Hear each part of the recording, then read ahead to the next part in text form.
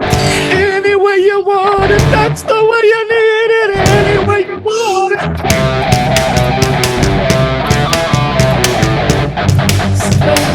She must have seen, does everything. She loves to move, she loves to groove, she loves to love a thing. All night, every night.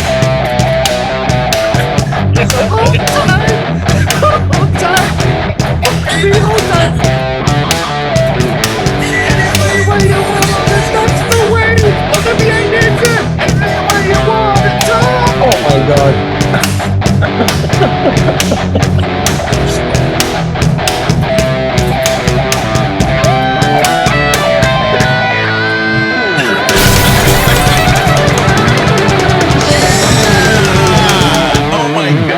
That was like the worst karaoke. So we've graduated from bad karaoke to the worst karaoke. It's like bad. It's like bad English to do some remote journey Neil Sean tie-in to another band. No, you know what it's like. I'll tell you what it's like. What's it like? DeepSeek. It's disruptive, right? We've taken, they took the economics of model training to the next level, and we just took bad karaoke to absolutely the next level, man. We're disruptive. Yeah. I don't think it was not that bad. It's just a Zoom has a poor audio. That's what it is. Yeah, that's what it is. Yeah. It's, you know what? It's a definition of the rough with the smooth, right, Leonard? With your playing and Rob, you're singing. Look, don't try to water down our achievement, Olivier. That's not cool. Okay. That's what just happened there. It was an achievement. I know. We were shooting for something. It's like it was. I'm glad I missed it. I think I'm not. Yes, I think you are. I'm sure the audience up to this point wishes that they missed it. But this is like the ante that you have to play to oh my God. Partake in the price of admission. It's the price of admission. It's the price of admission. It is. It truly is. When people just listen to this, maybe if they just listen to the audio version, they'll be blown away that Steve Perry and Neil Sean were actually live as part of this podcast. And so that's pretty exciting, because they won't be able to tell the difference, I'm sure. No. Obviously, to be honest, one good thing is that the show cannot be attacked for breaking any royalties, whatever. Not paying that's true. Yeah, YouTube won't flag it as a copyright violation. Recognizing that, I think. Yeah, we are way ahead of the curve on all this stuff, right? So YouTube will just say I need to get a coffee, so I'll be back in 2 minutes. Okay, yeah, do that. Yeah. People should have gotten to run away while we were singing. That's right. Yeah. That was your moment. Man, wow. It wasn't it? Anywho. Yeah. Today, look at this. Woo! Oh, nice. Awesome. I love it. Look at you guys. Oh my God, I'm such a loser. Yeah, you are. Yeah, I don't have mine on, but I did. Yeah, look, you gotta do the bare minimum, which is like, I think it's upstairs in a drawer somewhere. But I did order a new Elevator Kids hoodie, so I'm excited to see that arrive. Cool. Yeah, awesome. Yeah. Well, why don't you kick things off? Like, do the intro and the disclaimer and all that stuff. You did a last week, by the way. Welcome to your favorite stock analysis show. Talk about what's going on in business and who's hot and who's not, and who's popping and who's dropping, and who's pumping and who's dumping. It's all about AI. 1 minute you're at the top of the mountain, and the next minute you're just in the canyon of or in the trough of disillusionment because someone figured out how to do something cheaper. Who knows how it's all going to play out, but there'll be no shortage of things to talk about. Don't take any of this too seriously. This is for entertainment purposes only. The primary reason we're here, I know it seems like this is a show about IoT. Do you remember IoT from like 10 years ago? Anyway, we're still kind of hanging around, but it's like tech talk. But really, we're so awesome, and people come here every week because they want to find out what's going on in tech and business. It's really to support Elevate Our Kids. which is our charity that we support. That's the main vehicle for this. We're bridging the digital divide. We've got lots of kids who need to do remote learning. They're in burned up Los Angeles, hurricaned out Asheville, all kinds of stuff. And then schools all over the country and all over the world that need laptops and they need internet connectivity. And so we're here to help, and we're raising money to do that for kids. So, we don't want to leave these kids behind, because there's the haves and have-nots in this digital world, and we want to make sure we narrow that gap. Absolutely. So thanks for joining. What in the world are we talking about today? It's not like there's any news at all in the tech world, No. It's AI fatigue, like we talked about, man. Let's just kick it off with that. I'm just like freaking sick and tired of like reading all this crap about DeepSeek. And obviously DeepSeek is the thing that kicked off the week. Isn't it crazy? We thought last week was the biggest news in tech for all of 2025. We're going to spend $500 billion building data centers. And, the following week. Yeah, I know. It's like one week you have Sam Altman, sucking up to Donald Trump. And the next week he's like, wah, wah, DeepSeek. Yeah. Well, there's a lot of folks that are now, trying to play, the whole, the Chinese guys how do you trust their numbers? How do you do all this stuff? Well, I think we have to consider that Sam Altman is in DC right now trying to, assert the claim that DeepSeek used distillation to basically, transfer the knowledge of their 4.0 model to the R1 model, which is the model that everyone's freaking out about, right? Right. So if there wasn't anything material there, I don't think he'd be in DC whining, which is what it is, right? But like whether or not that's the case, why does it matter anyways? Like the model is out. Like what can anyone do? Well, you can argue that OpenAI generated their model off of kind of copyrighted content. So and China will care because exactly. Right. So someone took that model and created another model, and so on and on it But you're goes. right. It's exposing a little bit of hypocrisy, I suppose.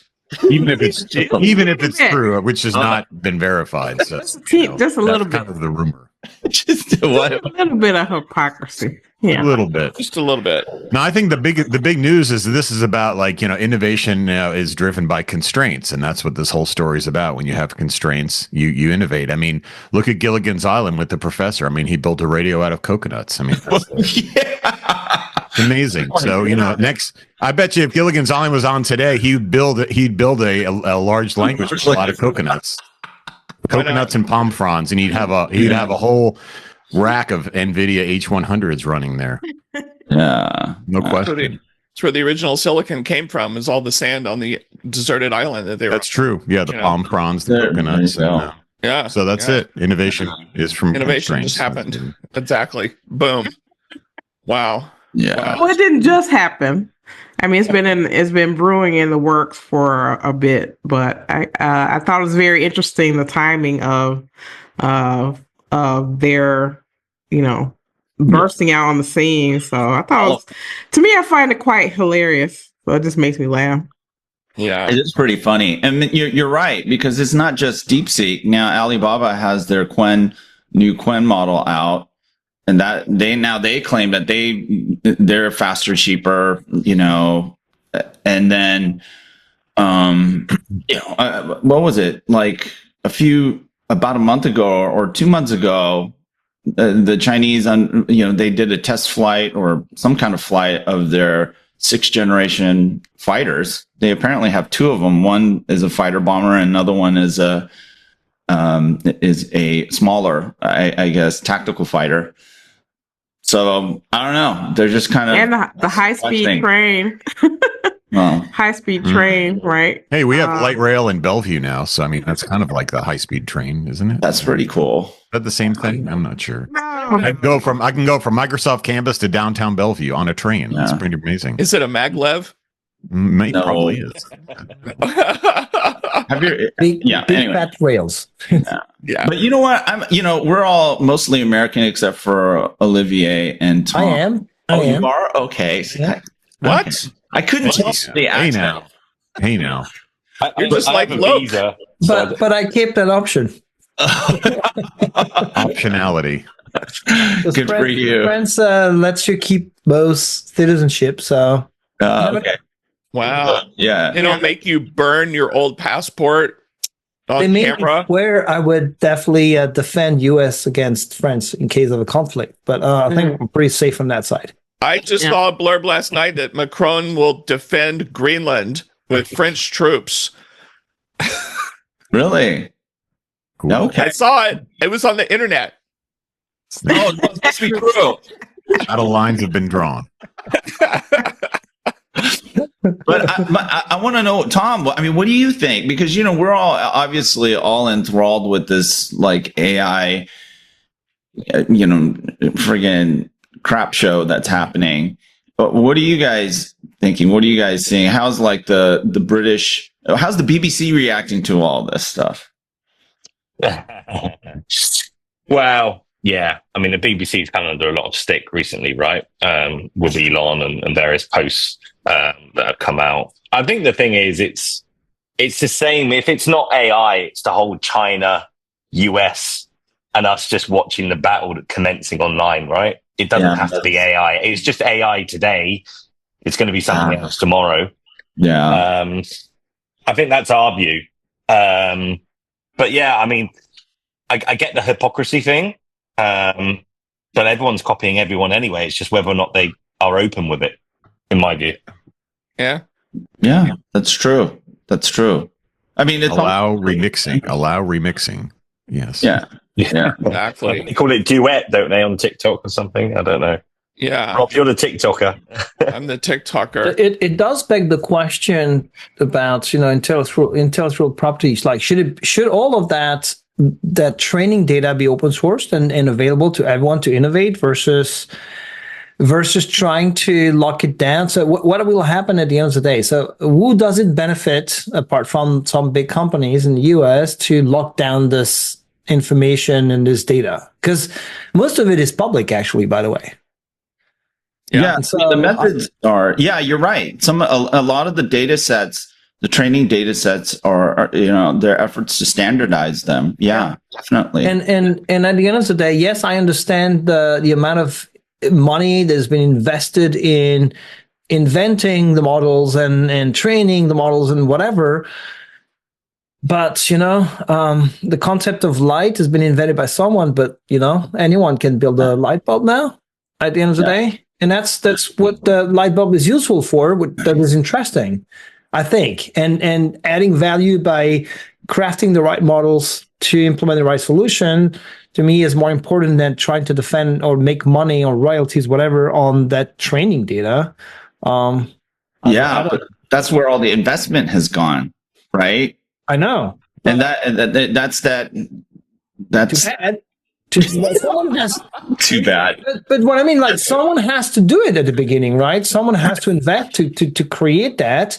But then shouldn't that be something that, and that's, I love open source models when they're well done and when they serve a bigger purpose. And here, I think our interest, everyone like around the world, is that AI is developed in a good way. And I don't know. I mean, I don't know. I'm just like throwing that out there. I think I mean, because you're right. Just a few weeks ago, before this generative AI thing happened, we were training ML models with well-defined data sets that are all open to the public. That's how you do it. You download the training model for predictive maintenance or object detection or whatever, and you train your ML model and magic happens. And that's how we do it. And that's how we've been advancing. And this is, those edge AI guys who previously were tiny ML are doing the exact same thing for all these years, just on microcontrollers, right? And so why would the big fat giant LLM stuff be any different? Yeah. There's a lot of talk about the commoditization. All of a sudden, this thing that people think is worth so much money might be the biggest commodity in the world. So our good friend Kai-Fu Lee is kind of just saying, you know what, it's going to still be about who has the most data wins, because the models are all going to become a commodity. The technology is well known to train them and all that stuff. It's now who has the most data and the best data and all that kind of stuff, which is really weird and interesting, but I can see his point of view. I think it really depends because, here's one of the things that people might have been distracted from is that I think the bigger deal is DeepSeek, their V3 model, which is their base model. That's a foundation model. And everyone seems to ignore that. I think that is a big deal. The post-training, that's where also a lot of innovation happened. But I think these guys didn't just look at post-training for innovation. They looked at the data sets because having quality data, quality tokens is a huge thing, right? So if you have very, very high value, high quality tokens, then you can basically develop a system that is efficient in doing that whole chain of training, right? From pre all the way to basically the distillation process or all the post-training stuff. So, and we have to remember there's that method that you can use, the algorithms, and then there's the underlying system that supports that whole process. And so there's a process that can be optimized, and then also the system, that stack that can be optimized to support that process. And then there's that data factor, right? The data quality. So I don't think having the most data is what helps, is going to, help people win. It's having the best data, for whatever it is that you're trying to do. Because reliability is the biggest issue. And that's the primary source of, probably the primary source of hallucinations. I don't think anyone really knows. Everyone's guessing on how you eliminate hallucinations, which probably is never going to happen in all likelihood. It's just not statistically possible, right? I don't know. People like me, I don't care about the data. I want the model, right? I want the capability to do what I want, right? So I don't care about the million cat videos that you put in there. Like, you care about that because you want, more wide adoption or more people to actually use stuff that's in the model, where I just want the Swiss Army knife so that I can use it the way that I want on data that I care about. And so to me, one of the big things about DeepSeek, which I think is one of the parts that is getting people really upset, is that people can actually install it on their own systems and work with it. And so that's what these other big tech people didn't want. So what is happening now is that compute has evolved in such a way where there are things that we can do on device, right? Yeah. These big models, they want you to be part of their huge cauldron of information, and they want you to go online, they want you to be in the cloud and all this stuff. So that's what they didn't want. So to me, that's the thing they're super pissed off about DeepSeek, because they're like, hey, not only can you have these capabilities, but you don't have to be in someone's cloud. You could be on-prem or your device or your computer. Yeah, Microsoft published kind of a how-to on how to install DeepSeek on your Copilot Plus PCs on a Qualcomm platform just a couple of days ago. And it's like the horse is out of the barn at this point. Well, it's like whatever, what do you call it? I think it's like a 7 billion parameter distilled model, right? Yeah. But it all migrates to the edge. I know I'm biased, but it all starts in the cloud, but people want it less expensive, more control, more privacy. Edge AI, baby. 2025 is the year of Edge AI. Yes. That's For those of you who need a really, really fat edge, you could try a private cloud. True. On-prem, near-prem. Yeah. Fat edge, thin edge. Hey, that's liquid really cooling good. on those servers, please. Yeah. Yeah, that's really DHAT. good. Well, DHAT. speaking of stuff you can download, obviously it's been Llama the whole time, and Zuck's been pushing to surpass everybody else as far as open source, and they keep marching on.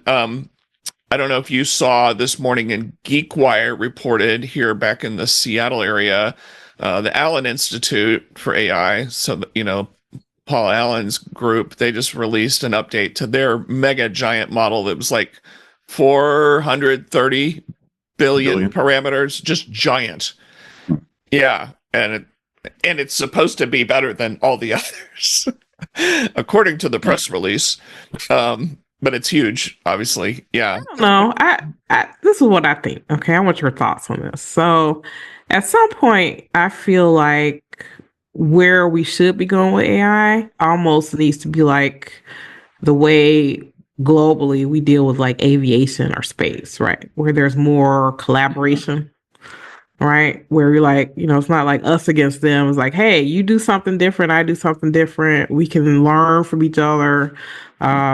We can all make money instead of winner takes all, or who has the first mover advantage and all the other type of stuff. So I hope to see more of that instead of China versus US. That's a lovely view, right, Debbie? I think it is a bit utopian, though, right? At some point, we're going to join hands across the world together. Yeah.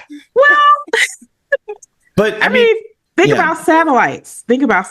So these people, they aren't like, they have to collaborate, right, in order to do things in space. Well, so I think there has to be some level of that.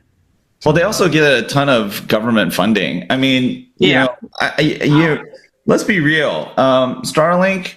Yeah, I saw a recent article about how the U.S. military is looking at satellite defense. Meaning, how do you protect these satellite assets from attack?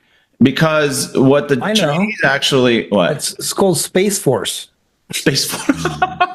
Star Wars. Remember Star Wars? Star Wars was a real thing in the 80s. Beam up. Yeah, and I think the utopian stuff is it's a residue for the dystopian stuff, right? Because this infrastructure, PlayStation, it is great for what we've seen it do in the Ukraine and certain targeted parts of Russia, right? That's what it's really good for. And so the Chinese aren't dumb, they're not ignorant to that fact. And I think with a lot of these massive investments going into model making, it's to benefit a few people, like financial institutions that want to use this to somehow get an edge on other folks. So we've talked about on IoT Coffee Talk a long time ago, why would anyone do this and dump billions of dollars into training these models? It's not for, utopian purposes. It's actually for a pretty selfish purpose, but the residuals that come off of that is what kind of, kind of hydrates a, whatever utopia can be realized, and I don't think it's all that much, Kind of like a utopia, like Logan's Run. I can't think of anything else. I can't imagine it's to democratize everything and then create an even playing field. I think that's pretty delusional. I think the thing is, it's all about greed, right? I think AI really is just a politics tool right now, and like it's just going to get worse. I remember, wasn't there going to be this open letter as well that went out and people tried to kind of pause and say, well, actually, let's look at the implications. That kind of went out the window, right? Whenever that was, like 6-9 months ago. With Elon Musk way back. Wasn't it? There was a group, wasn't there, of people that kind of said, okay, we need to look at this. But yeah, I don't know. I think it was I like mostly- Debbie's point. It's just whether or not. Yeah, it's just whether or not that's actually going to be the case, right?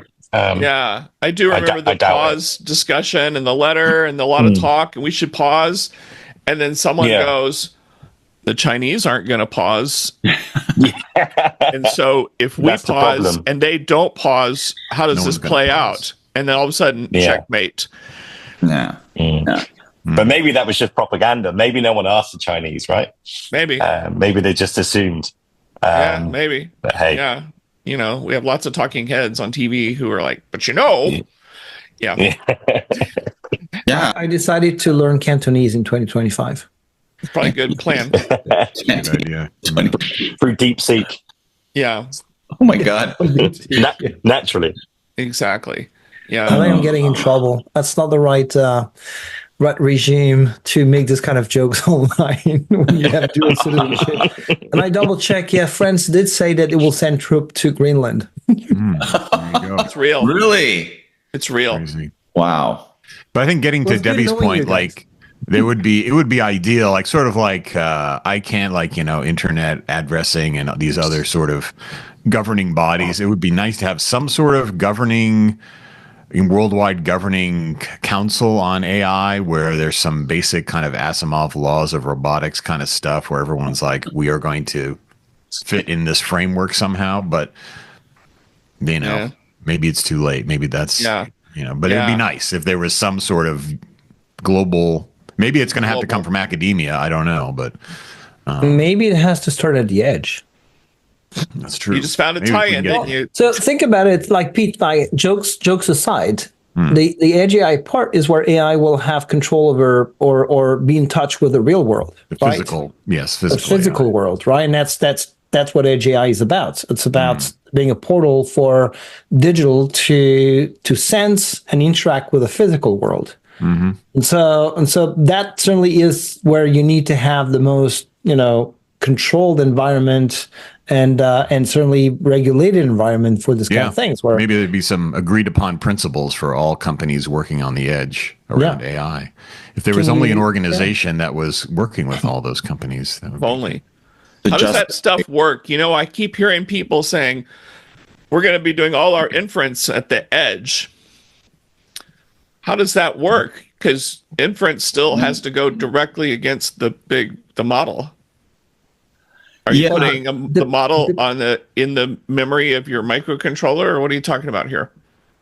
Yeah. So what? And Pete, like maybe you have like your own definition, but Rob, think of it as you know, where a big, huge language model has like billions of parameters. Like think of something that you know runs a neural network on way less parameters, but really dedicated to specific scenario and use cases and so on. So you basically trim things down to being like single functional and analyzing a set of data that is way smaller, and you get to a model that is way smaller as well that it can run on tinier hardware. So right. I also there's some very innovative guys out there. Newton AI is an interesting company that is looking at changing the way neural networks are trained or they train themselves, and they will reduce the size of these models even lower. So, like for doing the same task, they're looking at a TensorFlow model that's been optimized all the way down, and they do 10 times smaller for 100 times faster, and that's impressive. And then innovation is going really fast in that domain. So, to be blunt, you know, it's smart software at the end of the day. Inputs, outputs, right? Remember, that's what software is about. It's just a bit smarter and a way of developing and compiling the code that is more optimized than ever. But that's the one part of it. The second part to me is the distribution of the intelligence. You know, a system like your body is, yes, one brain that controls everything. Too bad, you know, when that cord is cut, you can't control anything anymore. Yeah. But here we have an opportunity to do things a bit smartly, more smart, which is you can dispatch your intelligence across the system. So why do you have so many compute units in a car? That's because you don't want the brakes to die when your radio dies, you know? So you basically distribute the intelligence and have a system that will orchestrate the communication between these nodes and the interactions. And now you end up with something which is a bunch of dumb or dumber brains that collaborate to build an intelligent thing, right? So, Hive intelligence. And that cuts down on a lot of the risks that we're seeing with these big models, right? So it cuts down on hallucination, it lowers the risk, it lowers the cost, it lowers the training, all that, right? No, I think we'll always be using the cloud, and even, it depends on the architecture, but even like CNNs and other types of older architectures are trained in the cloud and then deployed on the edge. There's a lot, look at Edge Impulse and a lot of companies doing that stuff. NVIDIA Tau, things like that, because you don't want to be doing your original training on edge equipment necessarily. But as Olivier said, there's like a ton of innovation going on in research, especially in academia, around learning at the edge, reinforcement learning, single shot learning, all kinds of like ways of adding more learning capabilities to these edge devices. So, and so for generative AI, it's definitely like a cloud training thing. But then you're deploying, in some constrained environments, like Olivier was saying, and Debbie, like a smaller set of, capabilities, frankly, that are tuned for the environment. So if you were put a module in your car engine, for example, that had a generative AI model on it that looked at all the sensors and could tell you what was going on, that doesn't need to write haikus or like draw cats at all. It just needs to understand kind of the engine sensors and make sense. Yeah. Well, that's one of the things. So, hey, congratulations. I saw that you're going to be at Sensor Converge, right? You guys are going to have a pavilion. Right? Yeah, we're going to be the Edge AI Foundation Pavilion at Sensor Converge. That's killer. Pavilion. Yeah, so everybody go to Sensor Pavilion. Yeah, it's going to be awesome. But that's one of the things that I brought up in a board meeting. This is exactly, what you're mentioning is sort of this. One of the things that we do this year. Why don't we just help shortcut the journey to an actual valuable solution? Help the attendees become less distracted by the hype and nonsense, and just ground things for them so that they can.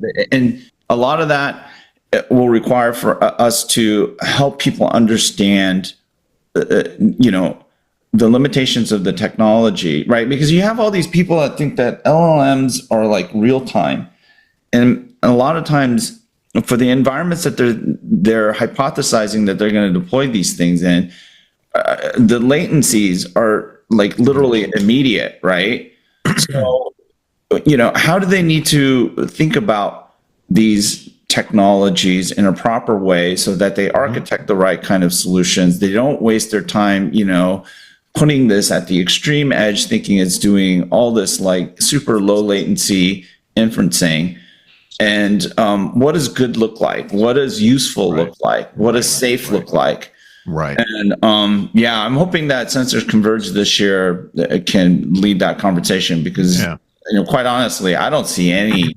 There's not a lot of conferences that even touch the subject yet. Yeah. Well, we're doing, I think our community, and you guys can chime in, but it's like there's a lot more focus on solutions. So like we have the Blueprint Awards this year in Austin, which will, rather than saying best chip or best whatever, it's like best solution in this industry. And like, how do you solve problems with this stuff, usually with multiple AI workloads, in AI? Yeah, that's good. You know what? Kind of focusing like on the solution is helpful, because then what you're saying is like it establishes patterns that people can say, oh, I have my problem's kind of like that. So maybe I can do that and, solve my problem with this stuff. Yeah. Wow. After I was hearing Olivier just talking about being smarter and getting things smaller, the way I would have been more smarter is I would have used WinZip to make the model smaller to fit on the list. That's right. That's what I would have done. That's right. That's how I would shortcut the problem. It's funny you mention that. There's a company in our community called AI Zip, and they do model compression. Yeah, model compression. It's called AI Zip. You should check them out. They had a nice booth at CES. Actually, they're doing very well. That's awesome. Maybe they got inspired by WinZip. Maybe so. WinZip, but that was like so required in the day. Absolutely. We built it right into Windows because it was so ubiquitously used, you know? Yeah. Oh my gosh. What was the other one? Was it WinRAR? Was it WinRAR? The other one? That came later. Yes, Yeah, you're right. later, Because yeah. that was another. Yeah, absolutely. Yeah, so and many WinAmp. Oh, Yeah. sorry. Winamp. Remember Winamp? Oh yeah, That was a great MP3 player, right? In case you want to listen to Yeah. music on a computer, and then if you zip it What? with WinZip, then you can listen to music on your phone. Oh yeah. It's pretty cool. It's pretty my cool. gosh. WinZip. What's going on, Mr. True North? Yeah. You're Oh, on he's mute is what's going You're on, on mute. man, Mr. I'm just listening to you guys drop all this knowledge. That's all. I mean, He's being nice. I felt like I might be missing out on something. Yeah, WinZip. Yeah, we're talking about AI fatigue, dude. Luckily, on this show, there's no danger of missing out on anything. No, you just miss out on everything. Oh, Ouch. wow. PlayStation. I like the PlayStation. I know, it's pretty cool. Pretty cool. Yeah, but you know what? It is kind of I have to say again, it's freaky how a lot of things that we're talking about now, or everyone's talking about now, is stuff we talked about like a long time ago. At some point, really need to take some time surfacing up some of those nuggets. We need to build. We need some software that can dynamically look at all of our episodes, and it's like a white paper generator. Yeah. You need like an IoT Coffee Talk agent to. Yes. There you go. And then you build a whole, kind of consulting group around there where people are paying you like $100,000 for these white papers, maybe $50,000. SaaS. You got to SaaS it, Rob. SaaS it, and then totally SaaS it. based on all the data that has been compiled into our large model, our IoT LLM, then we just crank out white papers and sell them, and that's it. Yeah, but nobody will be able to do that. You know why? Why? Because we interweave so much nonsense in between like the little nuggets. There's no model big enough and powerful enough like yet. friggin' K out on There's, any user. You know, Leonard, you should try. There's this French company startup called Tugan, TUGAN.ai, and they have an interesting service that allows you to feed it with videos, long form videos, like YouTube episodes of ours, and that will spit out a LinkedIn post and things like that out of it. I'm really curious. Yeah, I'm really curious to know how they do against that. You should try it. Gotta try that. Take a look at that. Yeah. Yeah. What was it called, Olivier? Tugan.ai, TUGAN. .ai. And they're not friends of mine, but they're French. Okay. okay. So You guys are all friends. But be careful not having your data stolen by friends. In that case, right? Otherwise, it might. Next thing you know, it'll end up in Greenland. Right. On the Right. front Well, lines. Leonard's sitting there worried about all the silliness and the noise that we have here, and how do you cut that out, right? Can't. And so I was going to propose either Dolby B or Dolby C. Yeah, that'd be good. to reduce Maybe we need Dolby D. We need to invent a new one. Or for dude. some of you real hardcore audiophiles, maybe DBX. Old school. You are just hell bent on the Wayback Machine, aren't you? Yeah. You're just- I am Mr. Wayback Machine.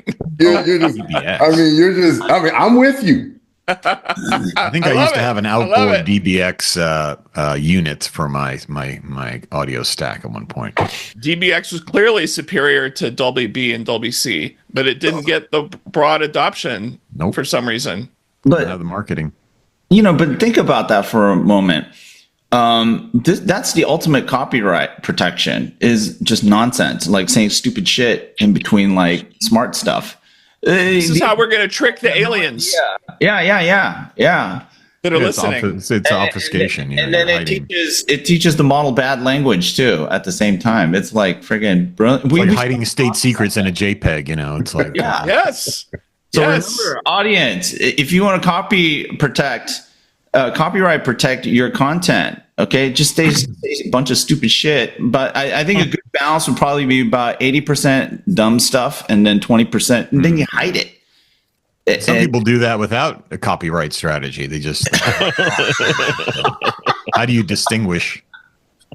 No, seriously, right? I mean, because when these models become so detached from whatever that's actually said, then they become useless, and that's a great way of protecting your IP. That's true. Think about it. Yeah. I'd like to get an AI model to watch TV for me, and then real time translate the TV. Oh my God, dude! Make sense of what's being said and kind of give me the real stuff. So it's like my MSNBC agent. And so I'm actually watching MSNBC, but there's an AI in between that's actually interpreting that, and then I kind of translating it into less nonsense. But that's well, Olivier, I've tried to use some of these models to create summaries of some of the content that I've produced. Yeah, man, I don't know what your experience is, but a lot of times even the drafts that you get are just like terrible. I mean, they're useless. Yeah. So I'm using Tugan with the IoT show. Huh? I'm using Tugan with the IoT show, and it's pretty darn good at extracting the main bullet points and so on. Interestingly, when I prepare one of these shows, I try to define what are the key takeaways we want to talk about and learn and so on. And almost 100% of the time, the bullet points that Tugan gives me is my notes for the key takeaways. So I'm pretty proud of doing a good job, I guess, at making sure that we are keeping on track and so on. So for random discussions like the ones we're having here, it might not be as good, but we need to try that because that's definitely an interesting thing to see. And if it figures out, what are the main key takeaways of our conversations. Yeah, because we might be doing foundational research into something really important here. Is potentially a copyright protection mechanism or a law. Like they always talk about scaling laws. We have the copy protection bullshit, filter law, or it's more like a jamming algorithm. We are kind of jamming, aren't we? Yeah. Olivier, you have your show is structured perfectly, and that's why it's working well. We haven't done that in a long time. So when we first started this, like in 2020, the shows were actually all structured. They were planned and everything. What we were going to talk about, it was always related to something about IoT. And I'm not saying it was heavy planning, but at some point it devolved or evolved into, hey, we're just sitting around shooting the shit about whatever. Maybe it's related to tech, But I don't know. What do you think, Leonard? Maybe the first 20 episodes were semi kind of, okay, we're going to talk about this topic. Yeah, not really. Oh, come on, it man. Was usually, it was more of the broad topic that we're going to talk about. We said this time we're going to talk about digital twins, and tomorrow we're going to talk about blah, blah, blah. And then we talked about everything according to Rick Bellotta. And then that's when Rick told us we should shut down the show because we've already covered everything. And we should just stop. And he stopped, and we kept going, and I don't know who's right. The rest is history. Yeah. The rest is history. Yeah. Yeah. Yeah, that is kind of weird. I think the unstructured rambling stuff has its merit. Maybe people don't do it enough. Do you know what I'm saying? Yeah, maybe things are too planned, too scripted. It's a bit like Curb Your Enthusiasm, right? Yeah, it is. So, people like that. People like that because, because of the unstructured nature. I think every show has its kind of purpose. And I actually think that is an evolution because people want to listen to it in the same way that they'll listen or read their favorite journalists, right? Because it's their view. It's the whole point, right? So I think it's good. Yeah, I always thought of the group as just kind of doing a show kind of like ESPN Sports Center, just totally irreverent. Obviously they're talking about sports, we're talking about tech, but it's funny, it's irreverent, it's not trying to be too buttoned up or serious, Yeah. I mean, how do you provoke thinking on something scripted? I think it's just really tough. Use a prompt. So there's scripting and scripting. The way I like to do it for the IoT show is to really try and narrow down the 2-3 key takeaways. It's not like the details of the conversation. It's more like, what do you want the audience to walk away with? Because everyone has this like attention span of like just a few seconds. Yeah, exactly. And so you need to make sure that they capture 2 to 3 ideas, right? You can do 45 minutes talk, but they won't get away more than 2 to 3 things at the end of the day. If you try and put more, it will be distilled in the entire conversation, and you're just like losing them, and it's useless. But I'm sorry, I wasn't paying attention. What were you saying? On Coffee Talk, we usually ramble about 1 or 2 things during 1 hour, so that's actually not too bad because we are just pounding on the point, right? And so that could work. But you don't need to script things. It's not a series of questions. It's really high level. What are the key points that we want the audience to walk away with? That's true. Yeah. So people should watch the IoT show, by the way, because He actually knows what he's doing. I mean, it's awesome. Somebody knows what he's talking Everyone about. should watch Knows what he's talking about. Debbie's thing and Tom's thing. Yeah, it's coming back this year. Actually, season 6. Oh. I was going to say, Olivier, do you have like a show flow? Because you came on our IoT podcast, didn't you? Yes, I a did. couple of years back. Yeah. So I think the kind of loose script makes a lot of sense. So at least you can kind of guide where you're going to go within that kind of episode, whatever it is, but not so rigid that you stick to it. And I think that's the beauty with Coffee Talk, because the other end of all these podcasts is it gets vetoed by corporate comms, and then it's just really stale and just kind of boring and it's usual rhetoric. Otherwise, you might as well go to the website and read the About Us section, right? Rather than, So I think having a loose idea is good, but being able to deviate off from it when you need to.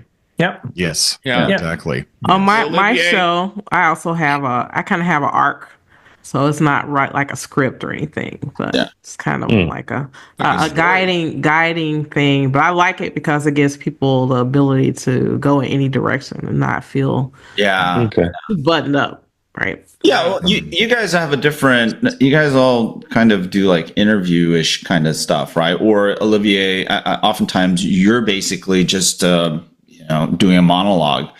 I think that has a different purpose. I guess what I'm saying is in a forum like this forum format, right?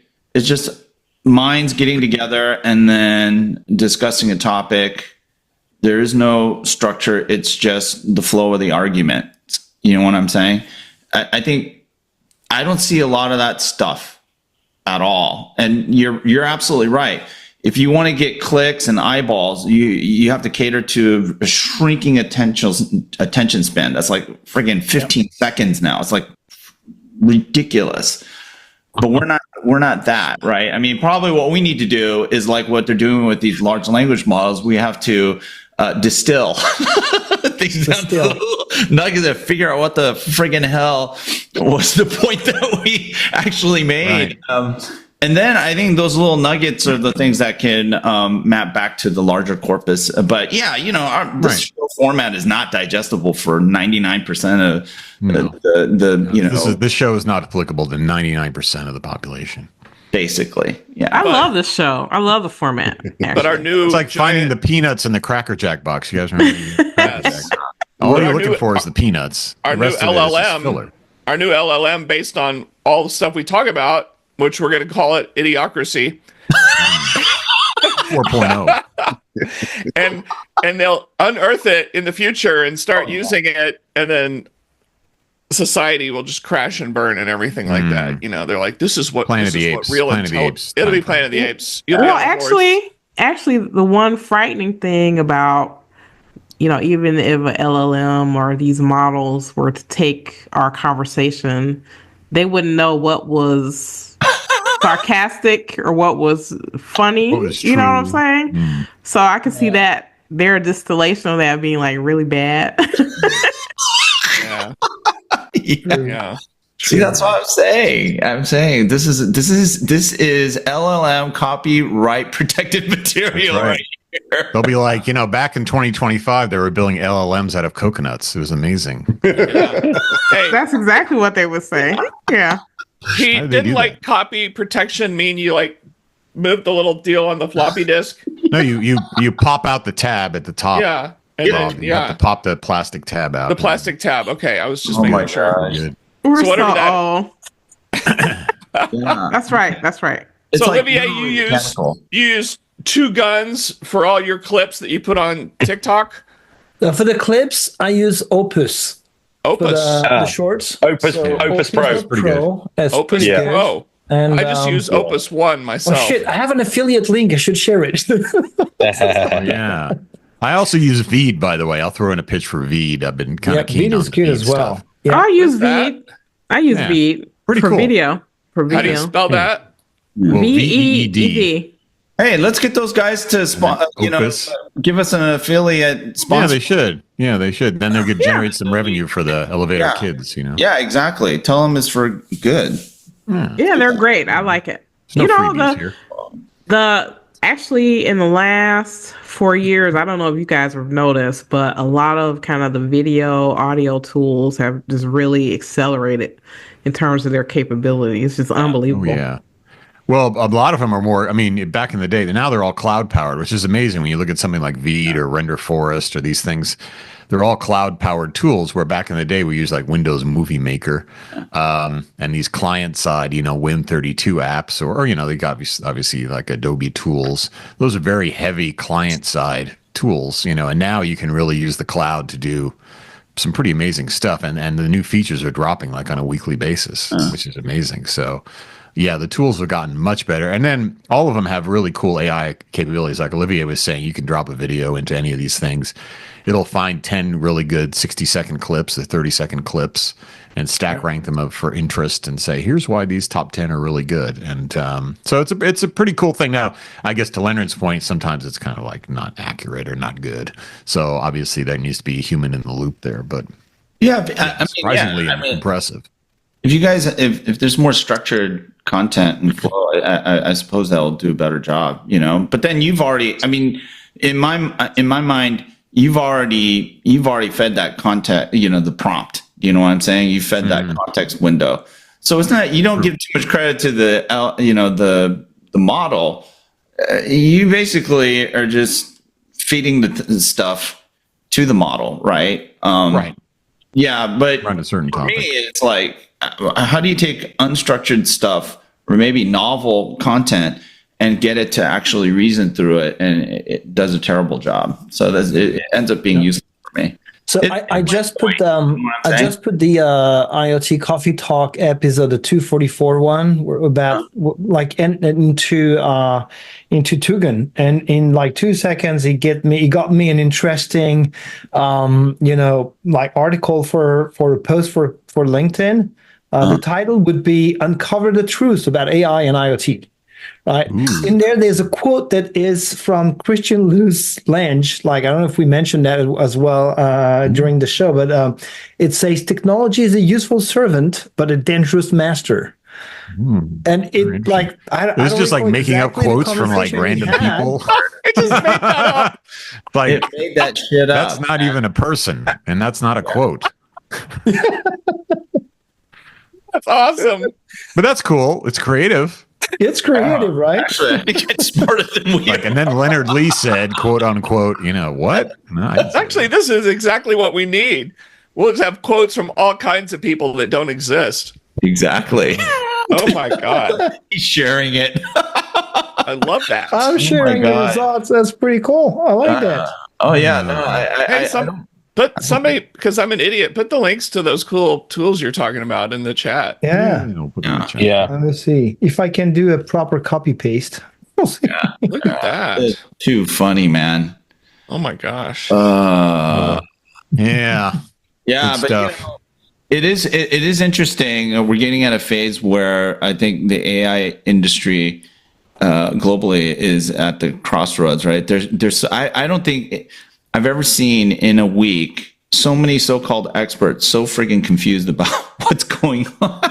It's just nice to be on the sidelines and seeing all these smart people express themselves off of their self-interest and just collide with each other. It's a complex technical topic that's trying to be covered by mainstream media, and that's where you get. Oh my God, some of the coverage is absolutely insanity, terrible.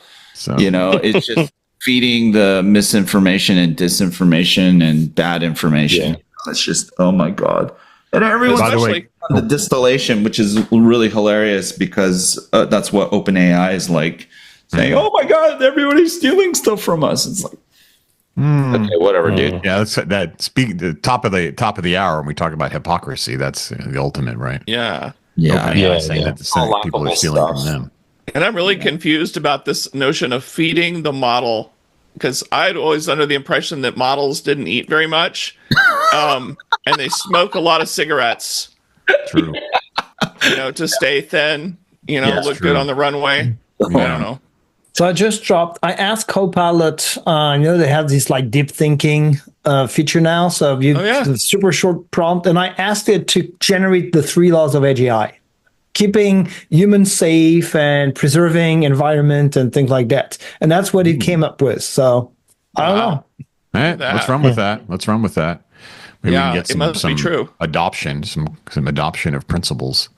By the way, let me show you my new. Look at this cool thing. I don't know if you can see it. This is like the Edge AI Foundation strategic partner obelisk.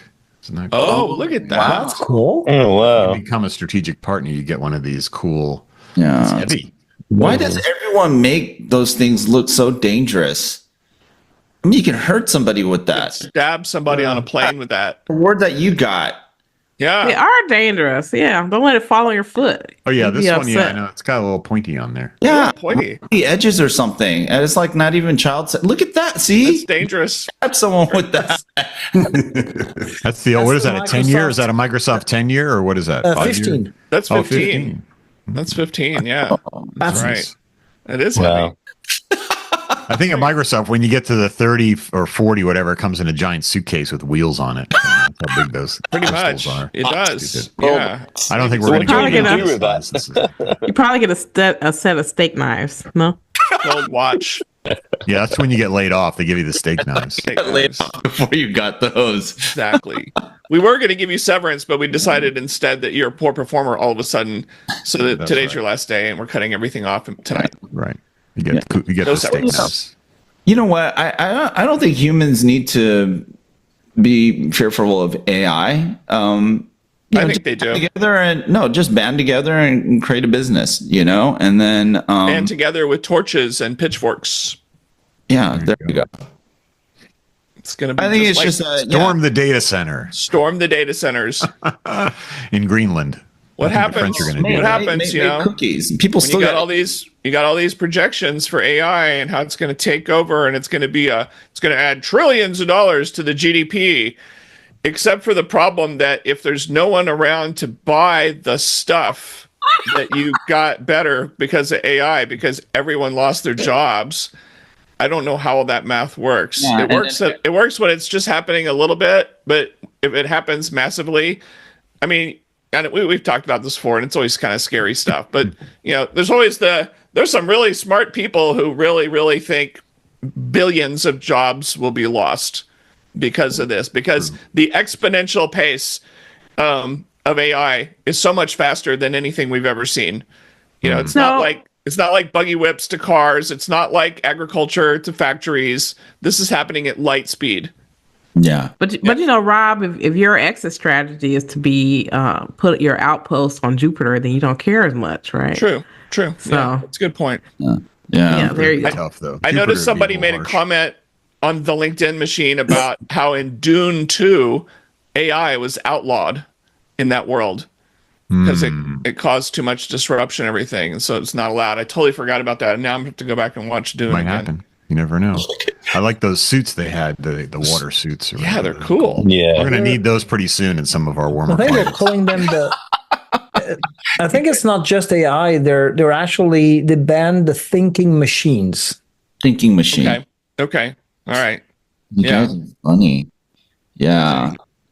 Can't Well, have there's those that one, thinking the machines. series on Max. There's like the Dune series. I heard it's pretty good. I Oh, really? Oh, Yeah. I struggle with it. Bene Gesserit thing. I haven't had my house, not House of Cards, the Game of Thrones moment with it yet. I see. Oh, Or you There's get, do you know what I'm saying? there's a good show out. I think it just finished its first season called The Agency. Has Oh. Michael Fassbender in it, Jeffrey Wright, Pretty cool. Richard Gere's in it. It's great. I really Wow. love it. The American Yeah, I Gigolo love is it. And I back. basically don't watch TV at all. American Gigolo. So a lot of people kept sending me articles and I decided to watch it. This Oh, was that's cool. fantastic. So a lot of spycraft stuff, Mhm. old school and new school things. I love love the whole, right to know, all that other type of stuff. Like, who can see what or who can know what, so I'll have very to do a shout interesting. out. Do a shout out for Nosferatu. I saw that the other week. So Oh, was it good? Oh, pretty cool. Pretty Was it cool. scary? Very strange and scary. Okay, good. strange is good. Strange is Combination. really good. Strange. So and scary. much more like totally horrific vampire. It wasn't that bloody. It's not that like that kind of thing. It's Yeah. not that. It's just and it's a great view into like early 1800s, Germany and kind of the period piece and it's Yeah. good. It's good. I think I'm going to watch it again. I got to see it again but it's pretty freaky. Maybe I'll have to go check that out. Yeah. I always liked the vampire in Salem's Lot. That always seemed like your Nosferatu style. Yeah. Not a nice suave gentleman who bites your neck, but a Well, the horrific Nosferatu monster. skit on Saturday Night Live with Sarah Sherman is also a must watch. So you should Okay, all right. look that up on YouTube. Okay, that's Even cool. better than the movie. Excellent. Yeah. Olivia, you're posting a lot of stuff. Dropping a lot of stuff because we're all about movies here. Yeah. All right. Who wants to take us out? How about Debbie? Yeah, Debbie. She disappeared. She said, hell I'm no. sorry. I'm sorry. wanna take You want me us to take out? us out? Oh Lord, I ahead. hope I remember everything. So if I forget something, please let me know. Yeah, So Rob. first of all, thank you all for attending IoT Coffee Talk, where we talk ad nauseum about almost anything on Earth, but then also IoT sprinkled in. So, which I love. And definitely check us out on the interwebs on all your favorite channels.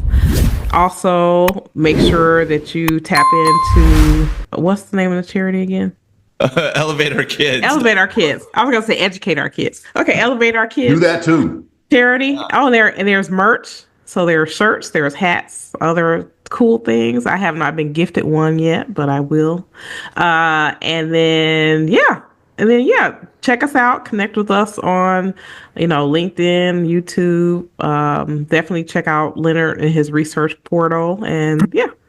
Did I do everything? Did I leave anything out? Yeah, you didn't need to add that, but yeah, okay. And we'll see you next week at iotcoffeetalk.com. Wow, that sounds like you're someone from 1995 telling people about the internet. .com. The .com revolution. It's here. Go to .com. https:// What is internet? I don't Yeah. think anybody's going to go to iotcoffeetalk.com because it's not protected by TLS. So Okay. Yeah, you're right. All right, we'll see you next week. See you later, guys. Bye. Yes.